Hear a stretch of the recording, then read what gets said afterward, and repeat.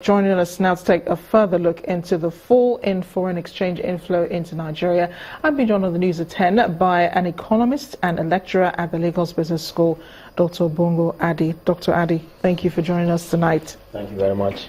So looking at the statistics from the National Bureau of Statistics, which says that this is the lowest we have seen for foreign exchange fall since 2007. Does it worry you?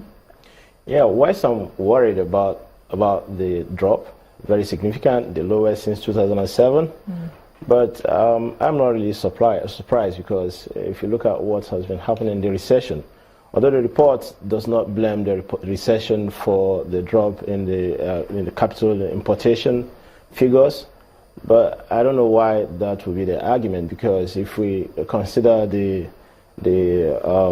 correlates of recession, which includes inflation, high interest rate, and high level of unemployment, and also capital underutilization.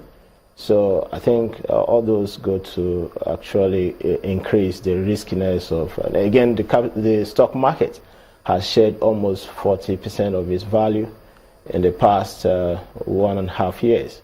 So when you put all this together, then it's giving a very negative signal to foreign investors.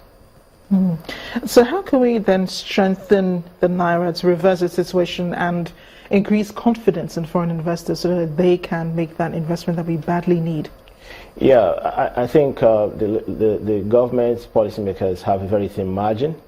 I actually don't envy their situation currently, but I think the foreign exchange policy needs to be revised. Right now, we do not actually know the number of rates operating in the market. It's so fragmented. So you have different rates for different activities and for different people. So there is need for the harmonization of that rate, and I think that also adds to the problem, the constraints that people are experiencing in the foreign exchange market currently. So economists have argued that government should actually allow the Naira to find its natural value. When we calculated the PPP, level, it shows that the parity would be around $200 to $300, no more.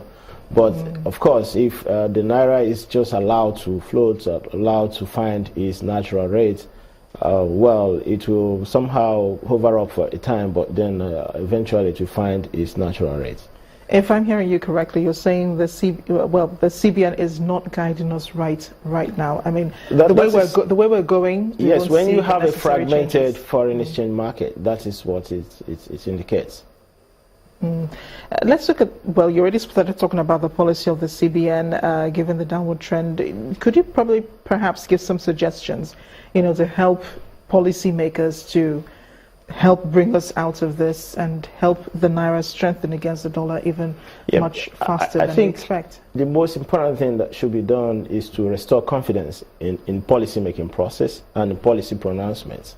I think that is the first thing, because when you have fragmented exchange rates, which everybody attributes to policies of the government, then that does not boost investor confidence. So the first thing to do is to harmonize the exchange rates, okay, and then have a consistent policy stance.